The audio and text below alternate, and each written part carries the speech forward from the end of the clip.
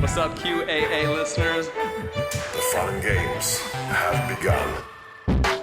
I found a way to connect to the internet. I'm sorry, boy. Welcome, listener, to chapter 169 of the QAnon Anonymous podcast, the Q Squad Fights Itself episode. As always, we are your hosts, Jake Rockatansky, Julian Field, and Travis View. We never lose friends. We simply learn who the real ones are. What's more, once fake friends stop talking to you, they start talking about you, or leaking your private conversations onto the internet, or accusing you of being a kook, a lunkhead, or a dimp. This week, we're exploring the cast of charlatans that flooded the zone after Q stopped posting and Trump lost the 2020 election. I'm talking, of course, about Sidney Powell, Linn Wood, and retired General Michael Flynn.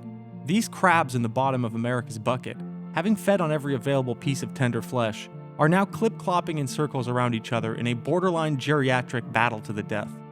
Who loves Trump more? Who believes in QAnon the most? Who will be America's next top embarrassment? This is the week to find out on the QAA podcast. And who better to chronicle the saddest cage fight on Earth but our esteemed Travis View? Travis, take us away. Make us dream. Well, I'll say this, as there's always a little bit of QAnon infighting going on, especially with Jordan Sather getting mad at people like QAnon John or whatever. They're all weird and paranoid conspiracists, so they're always fighting to one degree or another. But this is high-level stuff, so we can indulge in this juicy gossip and also feel good about it because I think it's useful because it really kind of reveals the inner mechanics of how these high-level Q networks kind of work, and it also helps us understand how much of their bullshit they actually believe and how much is kind of an act for their audience. So what happened is that there was a blow up basically that was instigated by Linn Wood, QAnon lawyer Linn Wood. And so as a consequence, he dumped phone calls that he had with Michael Flynn and Patrick Byrne, the CEO of Overstock, because he was just really unhappy with how he was being treated. Now, it's one thing I will say, just a quick caveat, when people fight like this in public, I always get anxious as how much of this is for show, right? A little bit, but when you listen to the calls and you see how much they're fighting, I think this is all really genuine. Yeah, you don't necessarily get the sense that this is like Kanye West and Drake battling about whose album is better. Yeah, it's the thing is that conflict creates attention, so this is why people beef intentionally, but I don't know, this is real. So Linn Wood and Michael Flynn, they're once upon a time, they're super, super tight, especially when they're around sort of spreading lies and conspiracy theories about the 2020 election. All the way back in December of 2020, Linn Wood even openly sang the praises of Flynn during a rally/press conference in Georgia. But I know this man, and I know what he's doing right now. I know what he's been doing for many, many years. He's been fighting for America. And he's been fighting for you, the people, for the last several years. He's been fighting the same people that persecuted him for years and falsely accused him for years, that are trying to steal our country from us. Give it up for General Michael Flynn. And I promise this to the general, who will be our General George Washington. I promise this, and I know you, the people, will join me in promising. We're going to fight like a Flynn. Fight like a Flynn.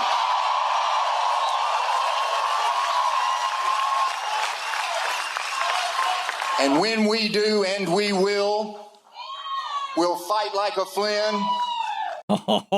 Does his hat say "Fight like a Flynn"? Yes, he put on a "Fight big like hat, a Flynn" yeah. hat. Put on the merch hat. You put on a big merch hat. Incredible. And then you got fucking Ali Alexander, Sidney Powell. And that's Vernon Jones behind him. And he's also going to be relevant in this story, unfortunately. Oh, just standing behind him, beaming at the crowd's reaction, which is massive. It's insane. The Stop the Steal movement in December 2020 was huge. So they were fired up. They thought the election was actually going to be reversed. Yeah, somehow. yeah. That was worth noting that the sort of the more mainline Trump people were sick of Linn Wood's shit even then.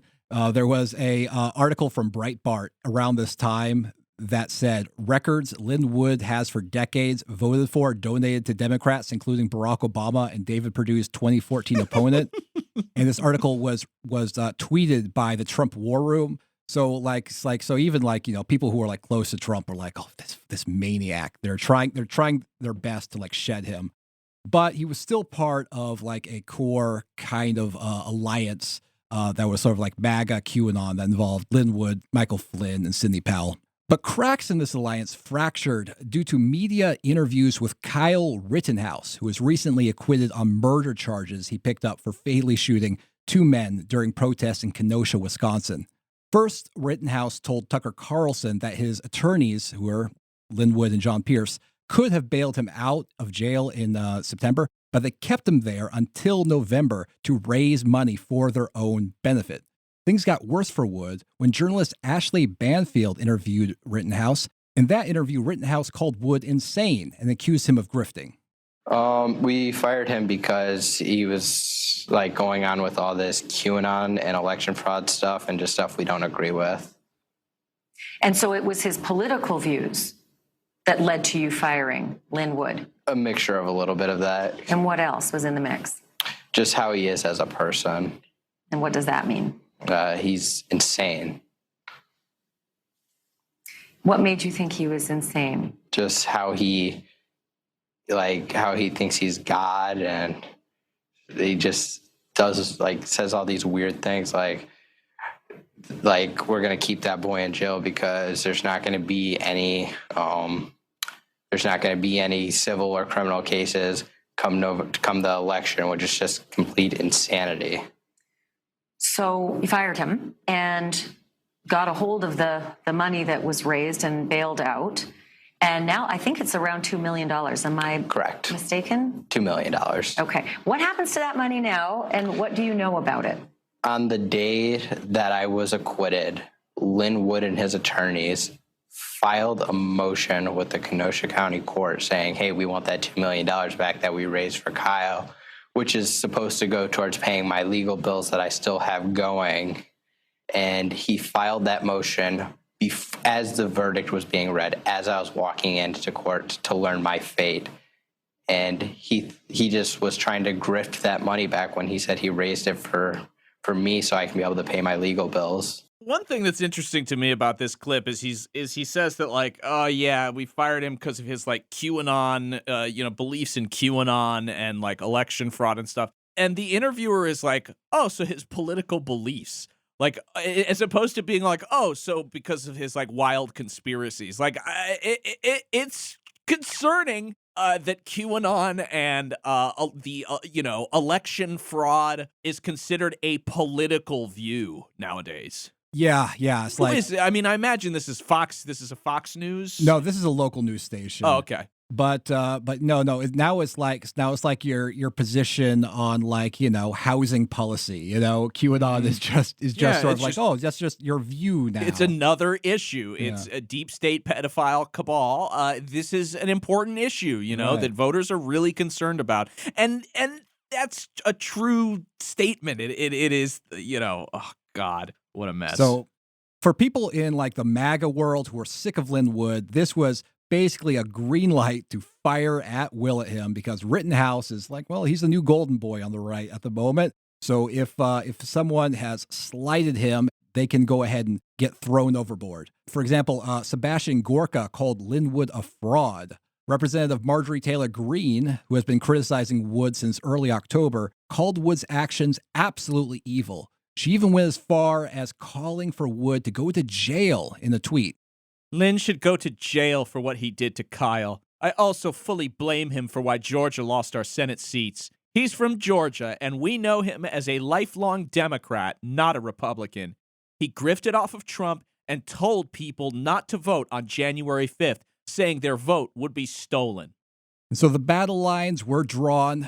Some people on the right did speak out in defense of Wood. For example, Arizona State Senator Wendy Rogers defended him. There's Bobby Pitton, who was involved in the Arizona audit efforts, said, I stand with Linn Wood, and called Wood a true American patriot. QAnon John, who's the organizer of the multi-day QAnon conferences in Dallas and Las Vegas, also wrote a message in defense of Wood. Meanwhile, Wood's one-time allies Michael Flynn and Sidney Powell made no statement at all about Rittenhouse's comments. Wood directly called out Sidney Powell about this silence and then retaliated by airing some dirty laundry. Here's what Wood said in a Telegram post.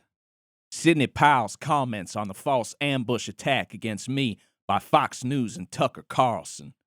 Crickets. Draw your own conclusion. Hey, Sidney, I thought you loved me. Hey, Sidney, did you put my name on those fraud complaints you filed around the country in which I had no input but have been used to vicariously attack me? Hey, Sidney, is defendtherepublic.org under investigation by federal authorities related to its finances? Hey, Sidney, are you in a multi-million-dollar dispute with General Flynn? For some reason, Sidney will not return my calls to discuss these matters with me. So I hope she will see this telegram message and call me. I love you, Sidney, and I'm praying for you. My God. It always cracks me up when they do this big fucking grandstanding, all of this stuff just at the very end to say they won't call me back and nobody returns my calls. Oh, it's so funny. Yeah, Wood makes a pretty serious accusation there that Sidney Powell's sort of Stop the Steal organization, Defend the Republic, is under investigation by federal authorities related to its finances. As it turned out, Wood broke some news there because on November 30th, the Daily Beast reported that there is a federal investigation into Defend the Republic. According to that report, a grand jury was impaneled and subpoenas and document requests had gone out to multiple individuals as recently as September. So, I mean, we don't know what's going to come of that, but it seems like she is facing some very serious legal heat. Michael Flynn eventually did make a statement about Linn Wood, but it was pretty lukewarm and didn't explicitly defend Wood. That was not good enough for Wood. So Wood made another Telegram post criticizing Flynn for delivering that prayer, which was plagiarized from a theosophical decree from Elizabeth Clare Prophet. But for some reason in the post, Wood calls her Margaret Clare Prophet. Wood also hits at Flynn for his endorsement of Georgia gubernatorial candidate Vernon Jones. This is likely because while Vernon Jones was the CEO of DeKalb County, Georgia, he was repeatedly accused of threatening, intimidating, and harassing women. In 2004, he was even accused of rape. The woman who made this accusation, however, declined to press charges, citing the emotional distress that it would entail. Here's what Wood said. Flynn is right about the truth always coming out in the end. Watch it happen. Flynn is right about the power of prayer. But God does not hear the prayers of a non-believer. God of the Bible only hears the prayers to the Father in the name of Jesus Christ our Lord and Savior. I do not believe God of the Bible hears the prayers of an occult New Age witch such as Margaret Clare Prophet, but only God knows the answer to that question. God knows everything, General Flynn. Everything. Lynn.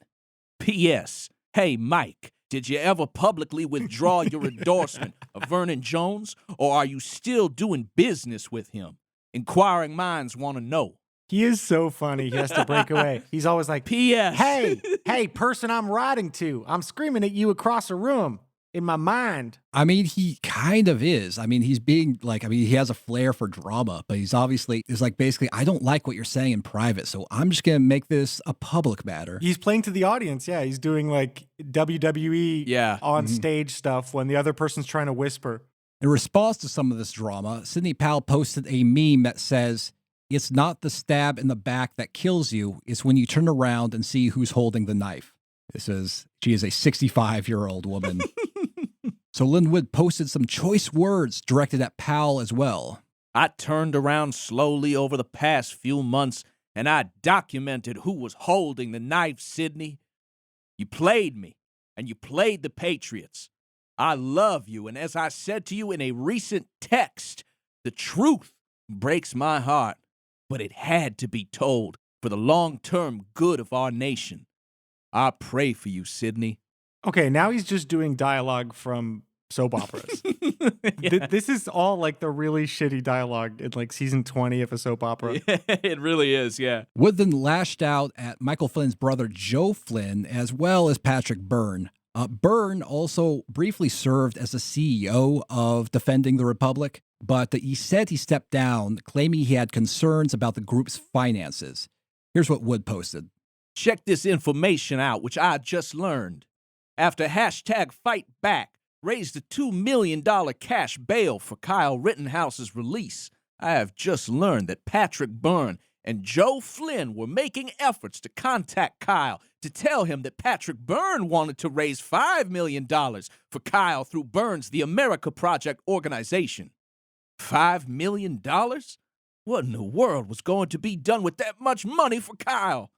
And where was old Patrick and old Joe when #FightBack was trying to raise the $2 million cash bail for Kyle? Something ain't right here. Someone needs to research how much money the America Project has raised and how it was spent. A full audit needs to be undertaken as soon as possible. Errors may have been made, or God forbid, something worse may be at play. So Patrick Byrne, now roped into the drama, he made a Rumble video with the title, I hate to break it to you folks, but Linn Wood is a tacky kook. In the video, Byrne explicitly denied the accusation that he took part in a scheme to take $5 million.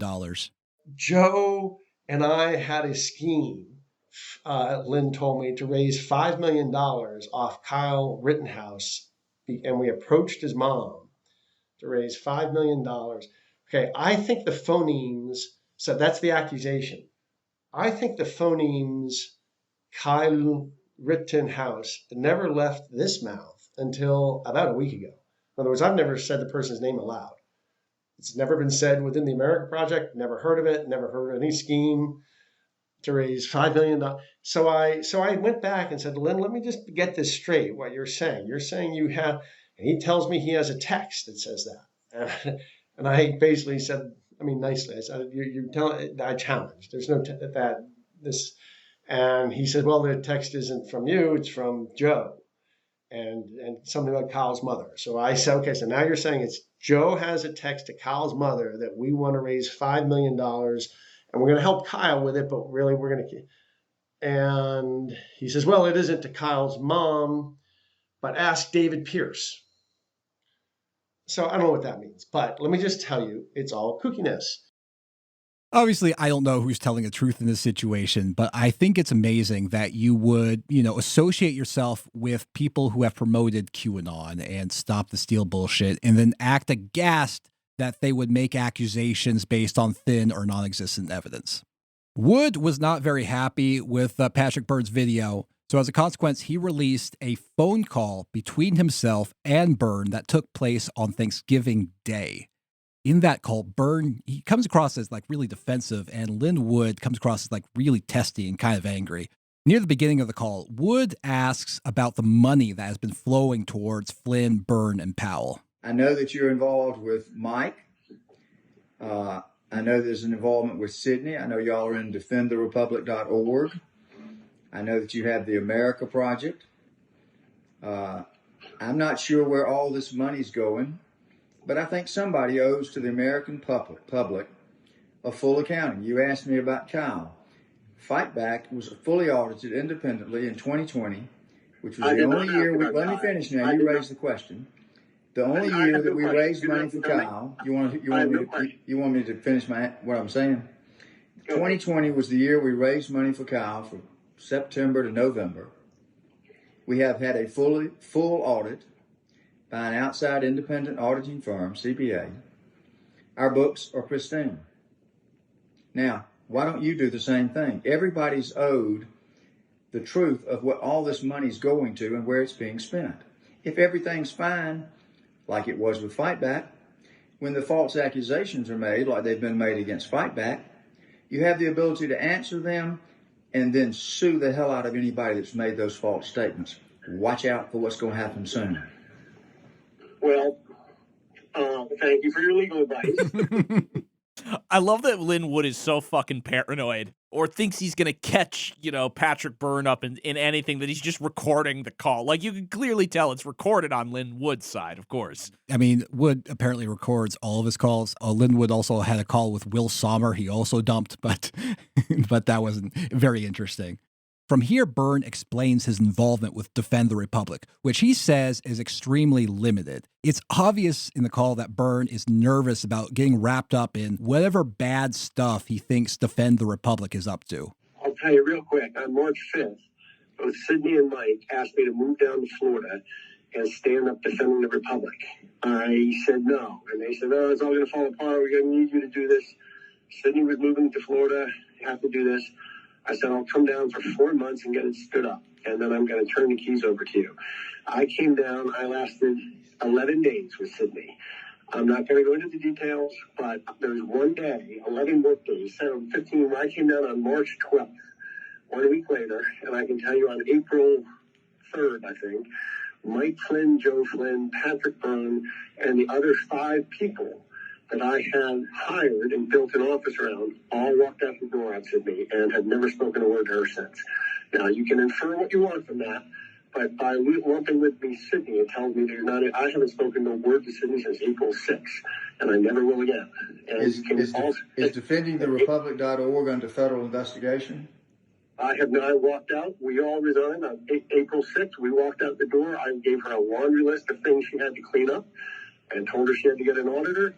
And showed this and everything. She refused to let me look at any. Well, I can't tell you anymore. But I left her.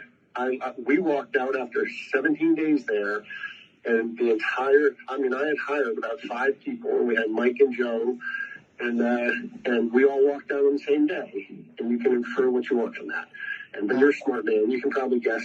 Basically suggesting that it's like, oh yeah, like Defend the Republic is like shady, like the books aren't right. But he's saying like I had limited involvement. I got out this day. I was not deeply involved, and so you can't pin this shit on me. Whatever she was doing, you can't pin on me. Byrne then suggests that the falling out between himself and Sidney Powell wasn't all business. Rather, he claims that she was mad because he refused her sexual advances. Some of it has to do with Sidney was trying to bed me, and I said no. And we had texts and witnesses to that. And then she became a woman scorned. And that's what her animosity towards me is all about. There was zero question of anything to do with money, anything to do with Mike and her and money. That's all a lie. It's all a fabrication. It's completely false. Has no bearing to anything in reality. Well, let me tell you, there's one thing I do know about, and that is a woman scorned. I've had 4 divorces. It's not good. If Sidney wanted to bed you down and you turned her down, I don't know Sidney. I only know her from a professional standpoint, but that's really neither here nor there to me. Well, she was incredible. If you've ever seen the movie The Devil Wears Prada, working with her was that movie squared. Byrne elaborated on this point, saying that Sidney Powell repeatedly got drunk and tried to seduce Byrne. This is the Villages. This is, this is how transmission of STDs in America really works. She also twice got drunk and really very directly tried to get me to bed in front of other people. And she got really hurt. And she wrote me love letters and this kind of nonsense about how hurt she was and stuff. And then when it all snapped and we walked out the door, she became super vindictive. And all she's done is go around for 6 months and raise and make up stuff about me and Flynn. She was here for that period of time and she came back for a brief few days. I didn't even know Sidney drank. I didn't see her drinking when she was here. Around you guys, she's that's a whole big act. This whole evangelical thing, that's just for your crowd. Well, she told me she loved Jesus. Well, that may all be. She plays it up when she's around your crowd. When she's not around your crowd, it's a different woman. I got you. Linn Wood's like, well, I'm a little bit offended that she never, tried to sleep with me. I would have noticed. Worse than all this, according to Byrne, Sidney Powell spread salacious rumors about him. But she spent 6 months trying to get everyone in the evangelical community to cut me out. I won't appear with Patrick Byrne. She made up. I heard that I poisoned her. I heard that I drugged and date raped her. I've heard crazy stuff, and she's just that shit. That's all I can say. I literally, I've Well, heard that's- there's part, so she gets with people and starts rumors. One is like that I poisoned her, and another is that I drugged her and date raped her. Again, I don't understand how you can know anything about Sidney Powell and then act flabbergasted that she would say false things that are slanderous. There's so much crap here. It's just ugh. This is like the kind of drama that plays out in message boards after a furry con.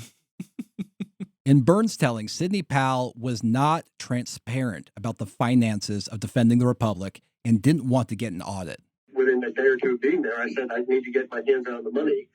And she started telling me, well, there's one account with $1 million in it. You manage that. And I said, no, I need to audit. We need to build accounting around everything. And she said, you can audit that one bank account. And I said, that's not how it works, Sidney. When I sign things to the IRS and the federal government, I got to sign for every dollar that came in, not just one little bank account that you created for me. I need visibility to the whole money.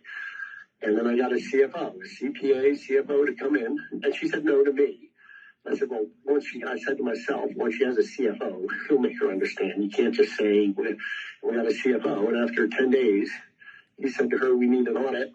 And she blew her top. And I said, no, we need an audit. We need to audit soup to nuts every dollar that came into this business. We hear you won't believe how much money I heard came in. We never saw like over $800,000.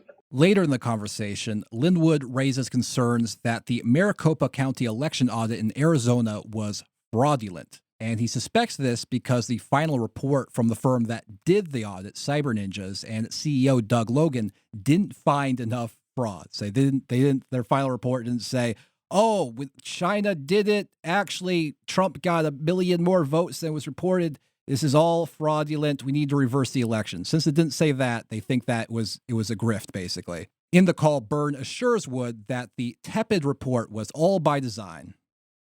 I have heard from a reliable source involved with the audit that there were some very serious mistakes and omissions made by Doug with respect to the final audit report. That bothers me. It makes me almost think that the audit was a scam to get money, delay, and discourage people from investigating 2020. Have you ever heard that before? Has there been any concerns raised in your mind that somebody might be doing that? Close. And the same concern crossed my mind when their final report was tepid and watered down. However, having talked to the senators involved, the hardcore red meat senators, Borelli, Wendy Rogers, others, they tell me, because I was really curious, and I said, because Doug told me he'd been ordered to leave the word fraud out of the report and to make it as tepid as it was. And when I met with them, they said, no, we're the ones who made Doug do that because this is so devastating. We didn't want his report to be saying fraud. We want the Attorney General to say fraud. So his report, we instructed him to make it as bland and just fact as you can make it. The Attorney General has been begging the Senate, turn this over to me. I want to get criminal charges going. And they were holding the Attorney General off. Now, this is all directly from these senior senators in Arizona telling me this over lunch. They were holding the AG off so that they could, once the AG put his arms around it, then it could all get swallowed up and no one would know anything. So they said, let us finish our report. We'll get it to you. You take it from there. But correct me if I'm wrong, I can't quite remember what happened since we live in a hellscape, but didn't Barr come out and essentially say that yeah, there was no real sort of evidence of there was no real evidence of fraud worth that made any kind of difference or any significant way. Oh yeah, all the establishment Republicans, even Mitch McConnell, be like, "Oh nope, the election was legitimate and it's over," because they just want to move on. Yeah, like these maniacs, they don't want to move on. They want to live in 2020 forever. Right, because a guy like Mitch McConnell survives after Trump. I mean, he's got a job, he's got benefits, he's got a family. It doesn't matter whether or not Trump. Same with Bill Barr. I mean, he doesn't. I mean, I doubt we'll ever hear from him again. But You know, they actually have, you know, careers and reputations to worry about somewhat. Whereas like Linn Wood, Sidney Powell, Mike Flynn, all of these people, they're the crabs fighting for the dead pieces of fish flesh at the bottom of the barrel. They've got nothing to lose over this. Like in fact, and if they can fucking pull a rabbit out of the hat, they've got everything to gain.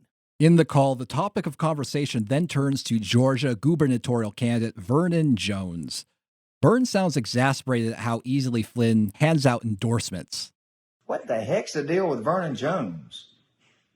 Mike does have we've asked him not to do this. He runs around, and if some political candidate meets him and they sit and have coffee for 15 minutes and Mike likes them, Mike gives him an endorsement without doing real research, and he doesn't know. Sometimes there's 6 people in a race, and there might be 3 people who... So we keep telling him, Mike, don't endorse people. Just give a Flynn seal of approval. Like, maybe you're going to give the Flynn seal of approval to 3 people in a 7-man race. I love that the people in his inner circle, in Mike Flynn's inner circle, there's like, you fucking more to like think before you act. Could you like, you know, like think about who you're endorsing. Do like look at his background maybe before you like, you know, say put on the Flynn seal of approval. I love the idea too that like if Mike Flynn just like sits down with somebody for like 15 minutes and he's like, he seems like a good, hell yeah, you sure you have my seal of approval. That like there's no level of thought beyond that. It's just like, nah, he's a good guy. He sat with me, we talked, we agree about things. You know, he looked me right in the eye, gave me a firm handshake. Yeah, I endorse him for governor. This is like like an old group of thieves that have met up after the big haul. And then they're like still pals and shit. And then, you know, a weekend, Michael Flynn buys a big flashy car and one of them has a talk with him. And within a month, like half of them are dead. Linn Wood then gets down to brass tacks. He's mad that he was called a fraud in public and Mike Flynn barely did anything to defend him. The problem is the whole allegation was that I was some sort of a fraud that had stolen money from a young boy that was in trouble. Do you know how angry that makes me? Of course. And you know how I feel about the people that claim to be my friends, that know it's false, and they don't stand up and fight for me? I wouldn't get in a foxhole with Mike Flynn. Now, I tell him before the battle, I ain't going to be in there for you, because I know if we went in the same foxhole, Mike, first time the shot was fired, you'd turn and run. You'd be hit in the back because you'd be a coward running. I'm not happy with Mike Flynn, and you can tell him I said that. If he's a hotshot general, he ought to come down here and sit down and talk to me. He can fly all over the country. He never offered to come and sit down and talk with me. And I told Joe. Old Joe called me yesterday. He was in a tizzy. What are you doing? What are you doing? You're going to hurt Mike? I said, I'm not hurting Mike. I'm telling people the truth. If the truth hurts, I'm sorry. Wow. And so there, I mean, at least in my opinion, is the root. Is that this guy, is that Wood, was being humiliated. His credibility was challenged. And somebody who he believed was like his, best buddy.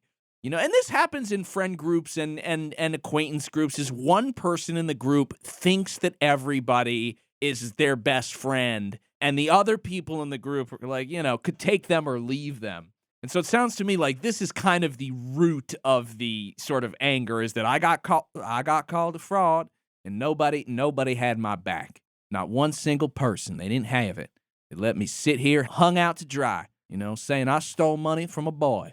I never steal money from young boys. That is something that Linn Wood does not do. I steal from men. I steal from grown men, grown women. I steal from men. I do not steal from boys. I am a boy. And adolescent children, yes, but a young boy who needed help. Listen, sometimes boys to men, they change.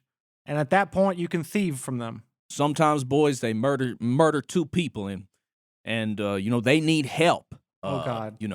Avoiding the consequences of murdering those two people. Oh, God. And I would never take money from a boy, from a young murderer who really needed my help. Now look, Julian, I see you cackling like a hyena over there.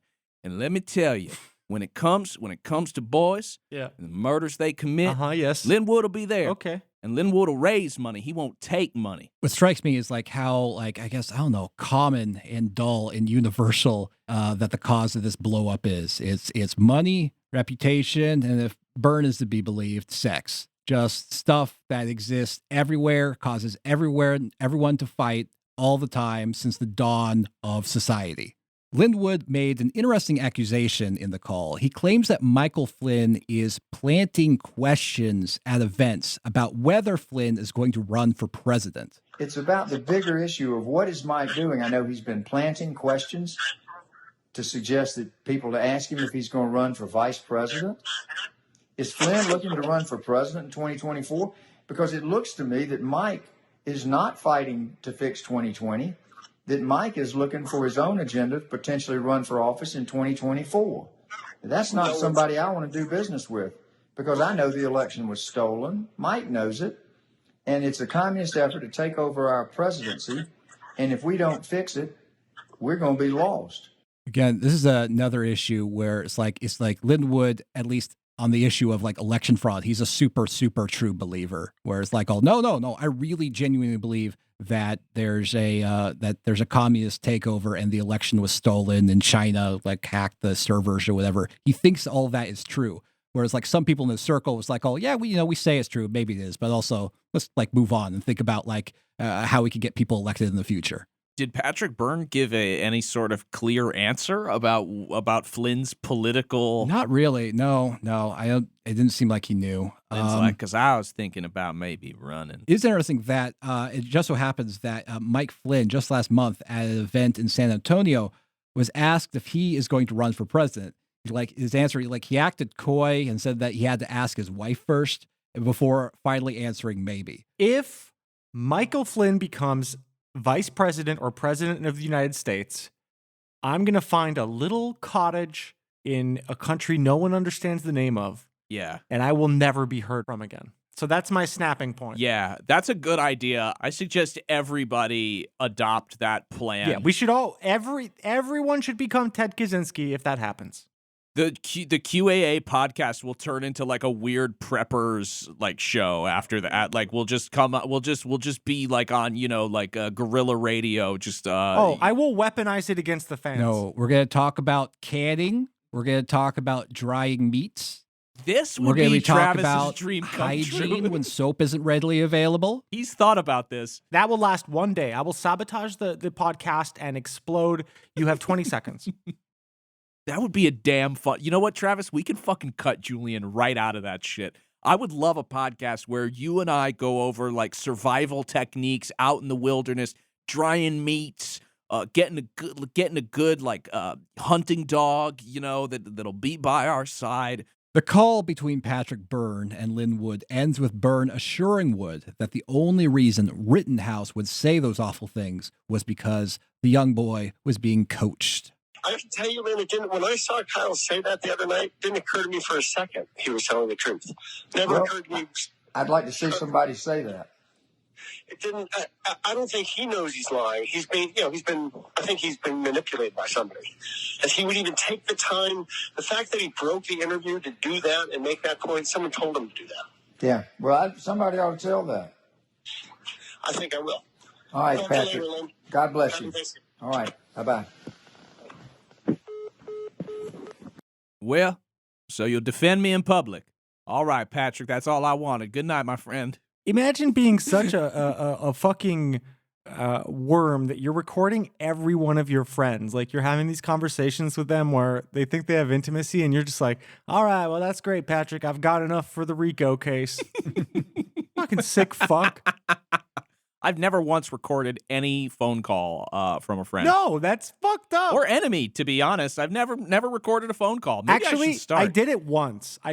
When I quit my job in LA and my boss was a pure psycho. And I went to that coffee shop meeting that she wanted to talk to me at with my phone recording. That was the only time in my life I was paranoid enough. That's not a friend, though. That's somebody who's potentially could be an enemy. Exactly. She had leverage over me in various ways, including like my visa and stuff. So I was like, being smart. But yeah, this guy is a piece of shit. He sounds like Linda Tripp, just recording his friend while pretending to care. I mean, I just love how everything around politics is so rotten. Like, these people are such bad humans. After Linn Wood released this call on Telegram, he kept hammering at Flynn until Flynn turned off comments on his Telegram channel. He didn't want to keep hearing from Linn Wood defenders. But that only made Wood madder.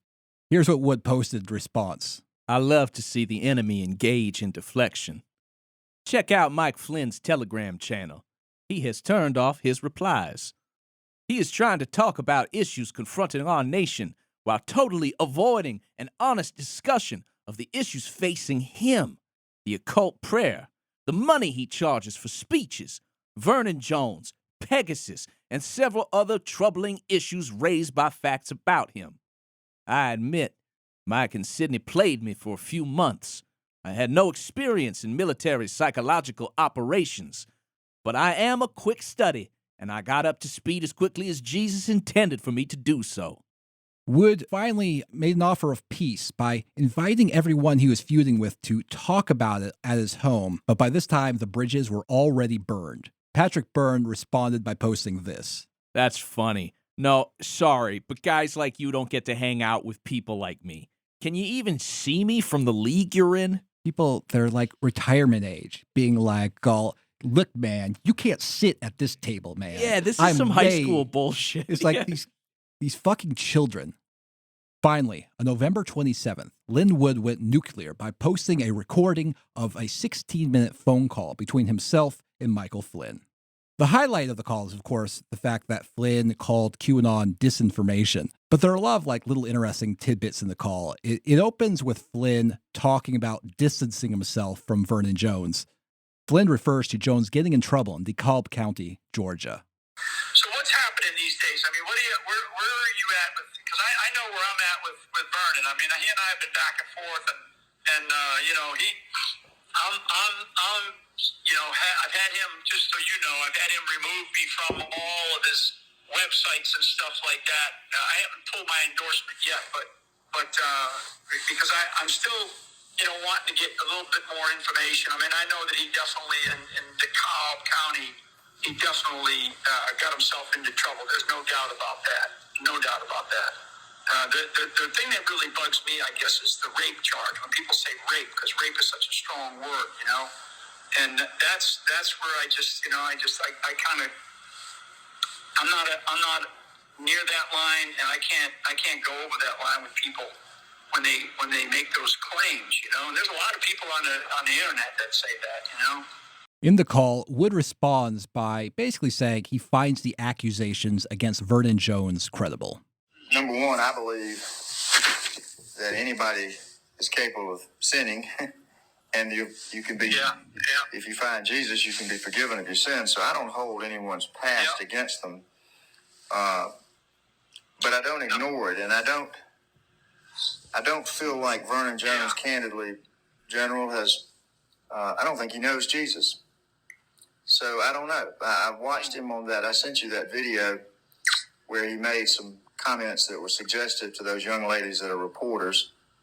I've heard other people say on the campaign trail in recent weeks that he does things like hit on women. And listen to these two SJWs, man. Just Wood goes on to talk about accusations that Jones has made about him and implies that Flynn has not showed sufficient loyalty by not defending Wood against these attacks. From context clues, it seems like as though this phone call happened around November 3rd, so like a few weeks ago. But I know that I'm loyal to you. And I have been loyal to you. And I've tried to address our differences in private. Because I like to think we're more alike than we are different. But we're different. I mean, everybody's different.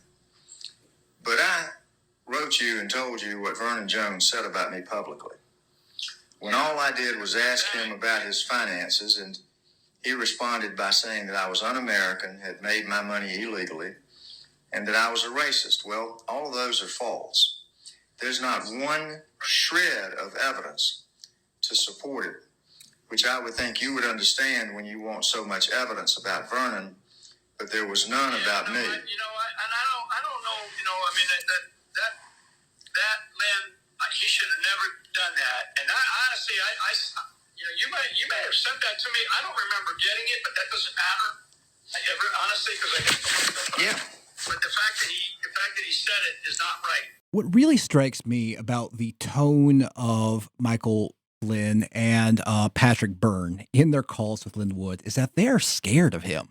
They're like, oh, hey, well, calm down. Let's lower the temperature. Everything's cool, man. Don't worry about a thing. I've got your back. I don't want the things to get out of hand. I don't know. They're like really, really anxious. They could tell maybe that, that Linn Wood's kind of a loose cannon. Yeah, I mean, it seems to me that Lynn is definitely controlling the sort of direction of the conversation, and that he is in a point of offense, and Byrne and Flynn both are, seems like they're playing defense. I also want to point out that, it's kind of ludicrous that Linn Wood, again, would act outraged at evidence-free accusations.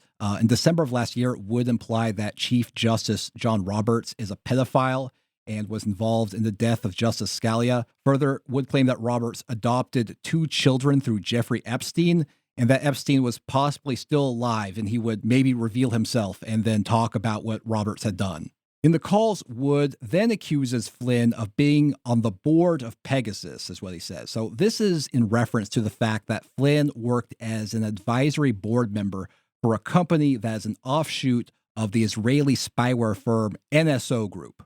NSO Group licensed software called Pegasus, which, according to a report by the Washington Post and others, was used in attempted and successful hacks of at least 37 smartphones.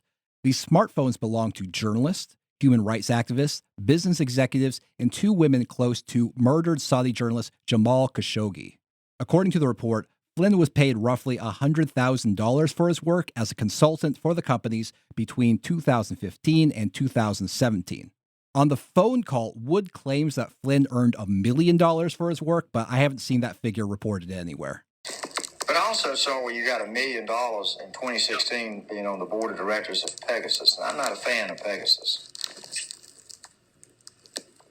I never got that. There's a listing that someone sent around, a document for Pegasus. It had, I think it was, don't have it in front of me. That's not right. I'll look and see if I can find it, because there's a lot of there's a lot of false information going around. Yeah, that's false information. Yeah, that's fake news. I mean, I wish I did. Wish I did. Well, I've watched some of these. I mean, believe me. Yeah. Again, it's like Flynn is cowering here. Like Wood is the one bringing up these accusations. You're involved in the spyware company, man. I don't like it. He's like, no, I don't know what you're talking about, man. Everything's good. Don't you worry. I wish I had that money. After this on the call, Wood finally addresses the issue of QAnon. And Flynn dismisses QAnon as a disinformation campaign, possibly from the CIA. So the QAnon movement really is a movement that spun out of your digital soldiers. I'm tired of these QAnon people attacking me. Maybe, I don't know that. Yeah, but some of them. I think it's a disinformation campaign. I think it's a disinformation campaign that the CIA created. That's what I believe. Now, I don't know that for a fact, but that's what I think it is. Now, it's really bizarre that Flynn would just hand wave and dismiss QAnon this way. He didn't even do the Trump thing. It was like, well, they're very good people. I think they're patriots and people who want to do good, want to get rid of pedophiles. Not even that route. It's just disinformation. Don't like it. CIA. It's also bizarre because, first of all, Flynn is a core part of the QAnon mythology. The first Q drop that referenced Flynn came on October 31st, 2017, just 3 days after the very first drop. And over the years, there would be dozens of drops that directly reference Flynn and build him up as this legendary figure. Q drops say that he knows where the bodies are buried, and he's going to use his military intelligence to take down the deep state. So he thinks that these posts that make him look awesome are part of a CIA disinformation campaign. It's also weird because there are several Q posts that explicitly bash the CIA, call it, clowns in America.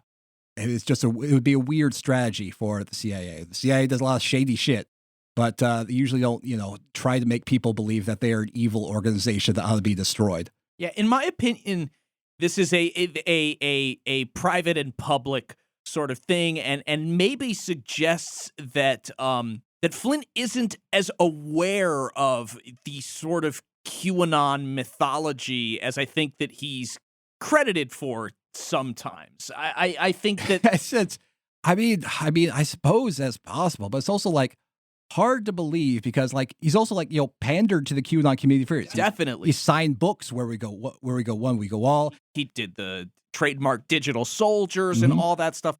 But I guess the question is that remains to be answered is, was he doing that because he saw it was popular and kind of maybe didn't even know what it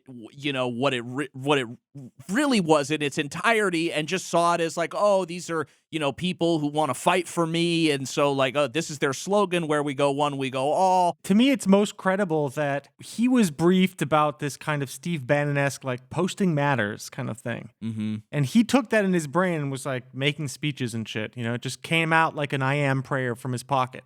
Mm-hmm. And then, he started a company. He's like, this is good. This is the way we can, this is the way I've been getting the best response online. Yeah. That's the most credible. I will keep posting this because it's doing well. It's helping my legal defense fund. It's giving me people to go out and speak to. I'm getting these, I'm getting speech fees to go out and do this without necessarily, because he doesn't say anything about QAnon, at least to me, that implies that he really understands what it is. Fully and believes it. These are two things that have not been proven, that he understands it fully and believes it. Yeah. Yeah. I mean, well, there's a couple other things. There's also the fact that like he took like the digital soldier oath, which was like in response to a Q drop. Yeah. So that's weird. The other weird thing is that when Michael Flynn is like directly asked about QAnon from a reporter, his usual tactic is like play dumb and say that he's like not even sure what it is. For example, in March of this year, a journalist with Tulsa World asked Flynn about QAnon, and Flynn just deflected. In researching this interview, I see that people say that you are a supporter of QAnon. What is that? It's an online conspiracy. Is that the Blue Anon thing? No, QAnon. What do you think it is? I don't know. I see a lot of people supporting it. And, some of the stuff they believe in. Do you support it or not? Do I support what? QAnon. What is it? The online movement. And what does it do? What does it stand for? I don't know. I've read that you support it. Where'd you read that? In True, what's the name of your outfit? True what? The Tulsa World. Tulsa World. So did you write about it? Well, I'm asking you if you support it. I mean, I'd have to know what it is. You don't know what it is? I mean, I know I've heard about it, but what is it? What does it represent? An online group of people that believe there's conspiracies in government. An online group that believe that there's conspiracies in government. Yes, sir. Are there other online groups that have that same belief, or what? I don't know. I'm asking you about that one. To me, this reads that he knows that it's a secret handshake. Yes. He knows that it's a I thing agree. that profits him, but he doesn't necessarily like actually understand it fully. Like he just is like, this is the thing I have to hide. I understand that on a PR side. And on the other side, I understand I'm getting support. Yeah, this to me reads as what he's been coached to do if approached about this particular thing. Exactly. And that makes sense to me because, if you're Trump world, right, you're in a very tough position. You've got this group online that is a growing, rabid part of your base who will support you no matter what. I mean, in fact, they've supported you through all of your failures, both in policy and both the conspiracy theories that you thought that you would bring to light. They're still with you. They keep moving the goalposts. This is a group that you cannot alienate if you are in Trump world, because they must have some. I would imagine that they have certain data that shows them that this is a significant part of the base. But at the same time, you have every media outlet sort of framing this as this, kooky, well, telling it for what it is, which is this, kind of wild, far-right, violent, ideology that is bad. It's bad. And so it puts you in a very sticky situation because you do not want to alienate these voters, but at the same time, you also don't want to say, yeah, I love QAnon. I'm full. And Trump basically did that eventually. But I think that in the as it was becoming popular, they sort of didn't know what to make of it. And, I was, you were talking, Travis, earlier about the QAnon prayer or the digital soldier's oath. There was also, don't forget, the watch the water, where people believed that the banner pick on Michael Flynn's Twitter, which was varying degrees of waves. First, it was a calm sort of beach scene, and then it was one that had, sort of high rip curls. He replaced his banner pick with a photo that was taken from a video that was made from this QAnon promoter named Corticon. So, it's like, oh man, he engaged with the QAnon communities like so much. Mm-hmm. It was, I don't know, it would be hard. I just like, I can't wrap my brain around him being quite that dumb. Be like, who are all these people who are just slavishly devoted to me and, say digital soldiers a lot. I feel like, take the time to learn a little bit about what they like and what they're up to. It's like, I guess it's like, you're right. I think this is interesting because it does reveal his sort of like public and private strategy about QAnon. In public, it'd be like, what's that? What's the Blue Anon thing? Whatever. What do you think it is? Whereas like in private, it's like I think it's a CIA op. And also, it's interesting that like this idea of like the CIA op line, that's not original to him. Like Jerome Corsi at InfoWars said this in like early 2018 when they were like mad at QAnon for like basically saying that Jerome Corsi and InfoWars were like grifters. I will say like the best article like that's about Michael Flynn's involvement in QAnon was published on The Intercept. It was called The QAnon General, and it basically outlines like all the websites and sort of business corporations that were set up to basically make a lot of money on the back of QAnon. And I don't know, I think it's a really interesting article. I think it's called The QAnon General. So, I mean, I would check that out. That's probably like, I don't know, the most comprehensive case that's really detailed and like really rigorous about like how involved Michael Flynn was in QAnon according to the best available evidence. Flynn then goes on to recommend an article to Wood about how Q has failed. And this is kind of disturbing information because it reveals where Flynn is getting his news and what kind of information Flynn is recommending and reading. Actually, a very interesting article today out that was sent to me. I'll send it to you about how the QAnon movement has failed and all that. But I find it total nonsense, and I think it's a disinformation campaign created by the left, and the types of people that can create something like that are the kinds of people that we train for certain, with certain skills in the CIA. And I'm aware that the CIA doesn't. I wouldn't be surprised if that's what it was. Linn Wood also revealed his text messages with Flynn. Flynn apparently texted Wood this, and the typos are in the original text. Here is an article about Q. I have always believed it is a setup and a disinformation campaign to make people look like a bunch of kooks. It turns out that the article Flynn was referring to came from a website operated by the radio host Hal Turner. Now, before we even get in the content of the article itself, that's a huge red flag, mostly because Hal Turner is a white supremacist. I'm not throwing that label around casually. In July of 2002, Turner spoke at the Aryan Nations World Congress. As part of that whole ideological package, Turner, of course, is also an anti-Semite and a Holocaust denier. Turner has also been arrested multiple times for violent threats. In December of 2010, Turner was sentenced to 25 months in federal prison for calling for the death of judges who upheld a local handgun ban in Chicago. That threat included publishing the names, work addresses, phone numbers, and photographs of the 3 judges who decided the case. He was released in October of 2012, but barred from broadcasting for an additional 3 years.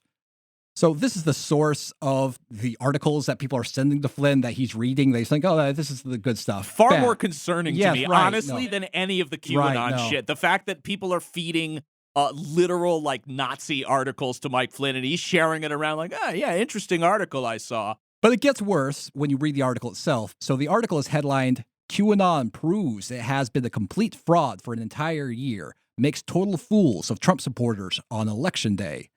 The article itself, it starts off kind of innocuously by saying that QAnon followers are gullible. 1 full year after the Democrats stole the November 2020 presidential election, the people who were sucked in by the allegedly pro-Trump QAnon movement were made complete fools of publicly by the fraudulent QAnon that has misled them for a full year. For a full year, QAnon has been peddling the lie that Trump would be reinstalled as president. Some, quote, white hats or a segment of the military were actually secretly in control, and Biden was going to be taken out of his illegitimate presidency and Trump reinstalled. Those of us who saw through this bullshit referred to the believers as being hooked on hopium, addicted to hope, a hope that was not ever going to come true. The article then laments all the lost people in the Negative 48 cult who spent all day on November 2nd awaiting the return of JFK and JFK Jr. and then occupied the area for weeks afterwards. And then it takes a really dark turn. It essentially says that this is what happens when people are too cowardly to stand up, pick up guns, and go kill the people who stole the election. And it sort of adds a caveat that, oh, I'm not asking anyone to do that, and I'm not going to do that. But despite that caveat, the article, it goes on to imply the necessity of mass slaughter and intentionally killing people. The phrase brutally slaughter is also used in the article in an improving way. Now, I was really hesitant to talk about what this article said because it wasn't really published so much, but I think it's sort of important to understand this is the shit that Mike Flynn, a man who was once head of the DIA, once a national security advisor, a man who has millions of devoted followers who thinks that he is, brilliant, he's going to save America. This is the article, this is the information that enters his mind and then causes him to go, this is good. I'm going to share this with my allies because this is valuable information. Yeah, to me, this is so much more frightening. The idea of Flynn having this kind of malleable brain that is open to essentially articles that are discussing the as Travis quoted the brutal slaughter of politicians. That's much scarier to me that somebody is kind of so so sort of melted that this kind of shit can crawl across his desk or his phone screen and he's like, yeah, I mean, a very interesting article. And you couple that with his own fucking screeds that he's written and these ISIS style fucking rants. That to me is so much scarier than the idea that Flynn is some sort of mastermind behind QAnon. The idea that the American state is in such a disarray that people like Flynn had power, continue to wield it, get pardoned for things. That's a more frightening proposition, I think, than Flynn just being a mastermind. Yeah. Because, I mean, if he's a mastermind, it didn't happen. The storm, never happened. I mean, one could argue that the insurrection on January 6th was the storm.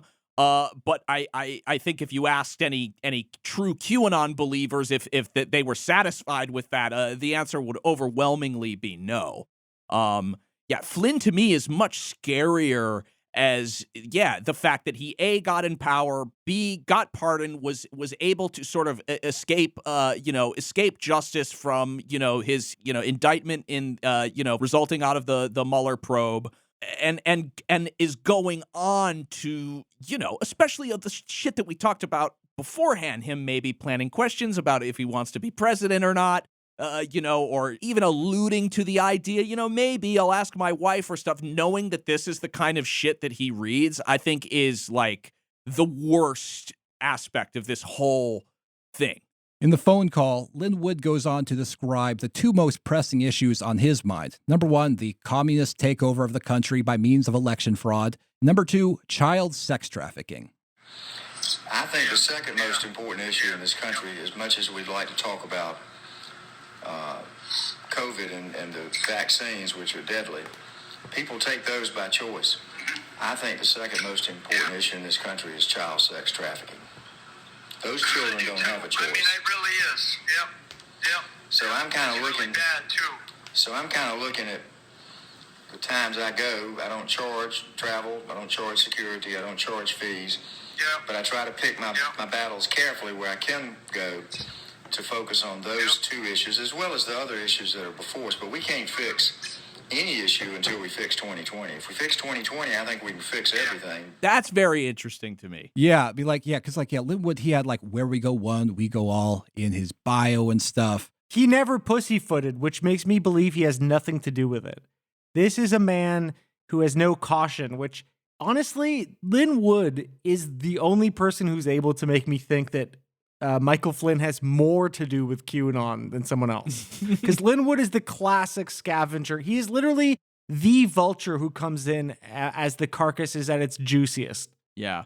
But it kind of reiterates this idea, I mean, if he's telling the truth, that you can go full on QAnon, have where we go one, we go all in your bio and be talking about QAnon publicly and have never read the drops or you didn't even understand them. That's true. That essentially, that just kind of the flavor of QAnon was enough for you. It's like saying that anyone who uses a hashtag Black Lives Matter understands the historic racial struggle in America. It's obviously false. Like, that's not how fucking self-representation on the internet works. Mm-hmm. It was interesting. Like on Telegram, Linn Wood actually basically claimed that he was still kind of mostly on board with Q. This clip of the posted conversation omits my statements that whether Q is a white hat psyop or a black hat psyop, there is a considerable amount of truth to Q, perhaps as much as 75 to 90% truth. I believe Q exists and is real. I believe in the basic positions for which Q stands. I want child sex trafficking, pedophilia, and satanic rituals involving children to end now. Well, of course he does if he's a fucking Jesus guy, you know. Oh, it rocks to rail against stuff that doesn't exist and can't fight back. He goes on to say, I want all individuals involved in child sex trafficking to go to prison or suffer a worse punishment available under our laws. This apples, not applies. This apples whether the involved individuals are political office holders, candidates, or individuals disguised as church leaders, patriot leaders, rhino Republicans, educators, etc., etc., etc. We need to identify and bring them all to justice. All means all, always has, always will. Lynn. So, he didn't really read the Q drops, didn't really understand them, but man, there's mostly truth in there. I don't get it exactly. But you're right. I think it's more like an identity and a vibe. It's like he knows that it's about satanic panic and McCarthyism, and he's like all about that. Yeah. So he's on board. Right, and I mean I think that's a lot of people that got hooked on QAnon was it validated things that they already were passionate about or believed in, you know. On the next part of the call, Linn Wood complains about being attacked by QAnon John, who again is the organizer of the big multi-day QAnon conferences. They also happen to be planning another conference in Vegas this February, though I don't think Flynn will be attending that one either. So in the call, Flynn says that the views of QAnon John are wacky. We got a lot of people that are like the disciples. One to betray Jesus actively for money, and the other 11 denied him because they were scared. So not many people support me, right? Some of the people that QAnon John knows, Qta and somebody that posts on We the Media and some guy named Jordan say that I like him. You ought to tell QAnon John, QAnon John to make sure his troops understand, stop attacking me with this false nonsense stuff. I'm not going to tolerate it. I like him just because I met him as a person, but I think his views, and I've told him this, that his views about all that stuff are wacky. You can't get into there's no truth to any of that. It's all disinformation, and it's set up to make people actually look like fools. That's really what that whole thing is. I try to look for. I'll try to look. I try to look. Job with it. Well, but if it's a CIA disinformation, or if it's a white hat that got kidnapped, there's truth in it. So I try to look at it regardless of who's doing it to find the truth in it. And there's truth in it, General. Oh, I spoke to QAnon John. I like him. He's a good guy. The only issue I have with him is that he believes QAnon. I mean, that's just... I don't know. It's like, how much brain do you have to be like, I'll say that, obviously, QAnon John is fine. Just his views on the thing that's in his name is a problem.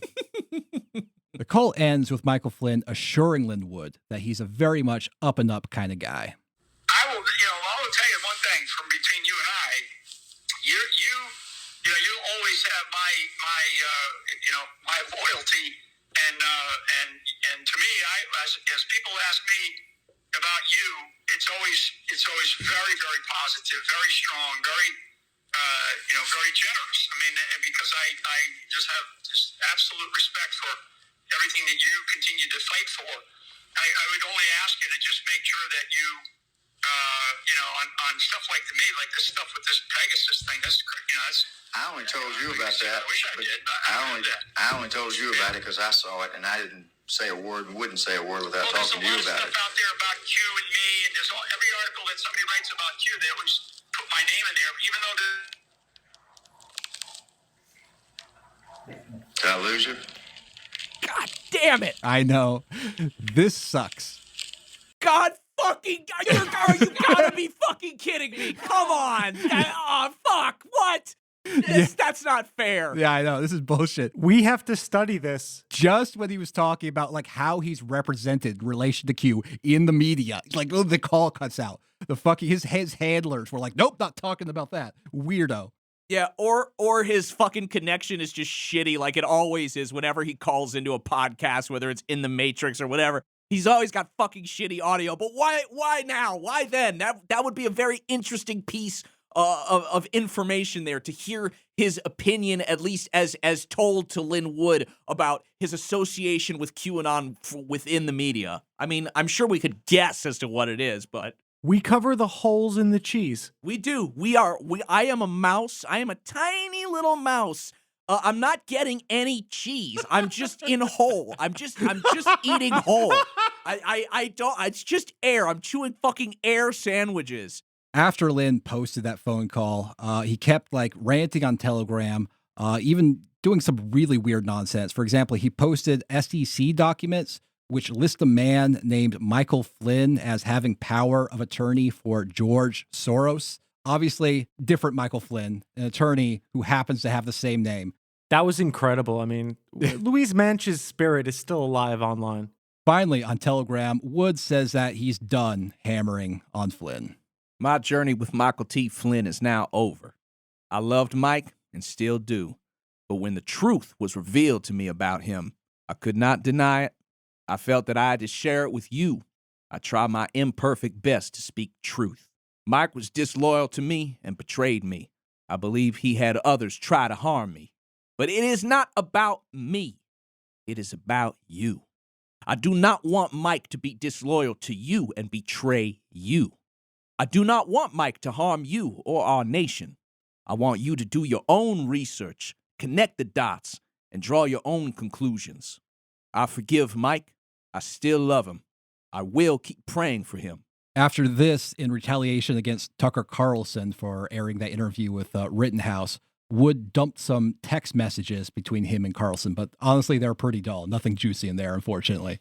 QAnon John, after attempting to stay neutral and keep the peace for days, finally said, hashtag I stand with Linn in a Telegram post.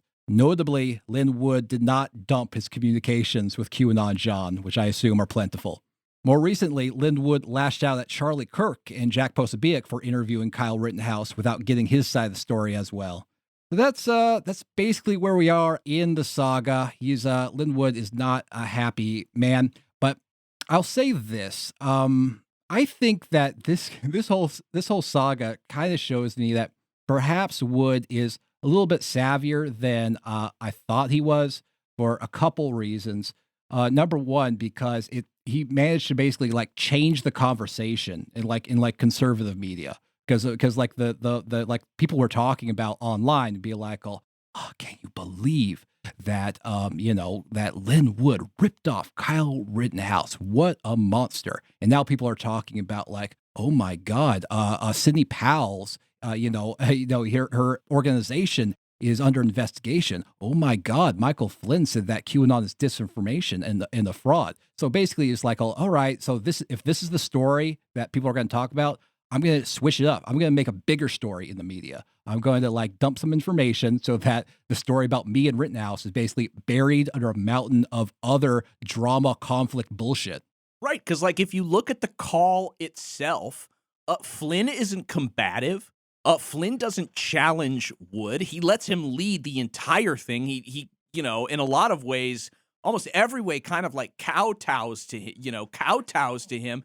It's just, I don't know. I guess it's hard for me to hear, that conversation and then understand the sort of connection. And I guess it's my bad for trying to understand these people's motivations. But like him being like, I'm through with this guy. You know what I mean? It's like, wait, you called him. He was very apologetic. He said that he was super loyal to you.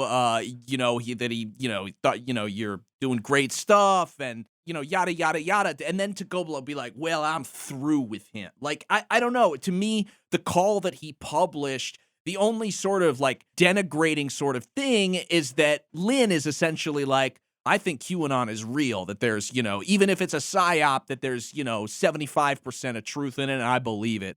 And Flynn essentially is like, well, I think the whole thing's, nonsense. I mean, maybe that's the point where he went, okay, well, I'm done with him. If he thinks the whole thing is nonsense, then I'm going to blow this fucking out of the water. No, it's not. I don't think this was an ideological split. It was really the Rittenhouse reputation thing. Like he was, he was a guy who's already apparently like having some trouble with like the bar apparently for his law license, and he felt like he was like under attack, and like the media is reality in these people's worlds, and he felt like his friends weren't like coming to his aid. So it's like, oh man, if you won't fucking help me, then fuck you. I will cause a big old mess in this house.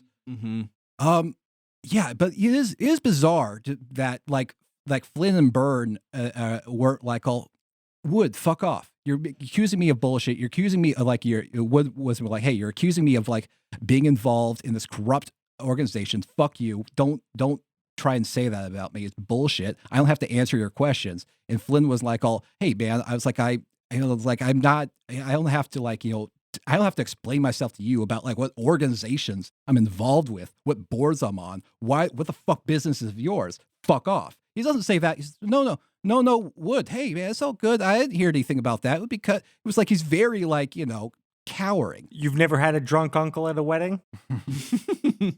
Well, and it's not like, other than sort of like what Flynn says about QAnon, it's not like Linn Wood has the goods on Flynn. It's like if he were the Michael Flynn maybe that was donating to George Soros or whatever, that would look like really bad to Flynn's supporters. But like he didn't have that on him. It's just like, I wonder, like, it's curious to me why they are so, I mean, it's possible that they knew that they were being recorded. But I don't know. I don't know. And they just didn't want the calls to come off as them being sort of inflammatory and sort of aggressive. I mean, maybe we'll never know. But certainly fascinating stuff and a fascinating amount of clips and information that you've compiled for us, Travis. I mean, to me, this is kind of one of the most interesting episodes that we've done recently because it's very, very rare that we get a kind of behind-the-scenes look at these two major sort of QAnon promoters and influencers. Jake has put your work on the fridge, Travis. Just discussing it kind of candidly off the record. I mean, it's just fascinating to me. Yeah, it is sort of like an unresolved question. Be like, how much of their bullshit do they believe? How much is performance? How much is pandering? Like what exactly is their relationship between their conspiracy theories and their audience? Because that will, I think that if we knew that, would give us a great deal of insight into the psychology of these people. Because it's always been all mysterious. It's like how much of this bullshit do you actually swallow, and how much of it is just you sort of like either saying you believe it or not sort of rebutting it because you know that you have a lot of kooky people who are in your caucus. Thanks for listening to another episode of QAnon Anonymous Podcast. Please go to our Patreon and subscribe for $5 a month to get a whole second episode every single week.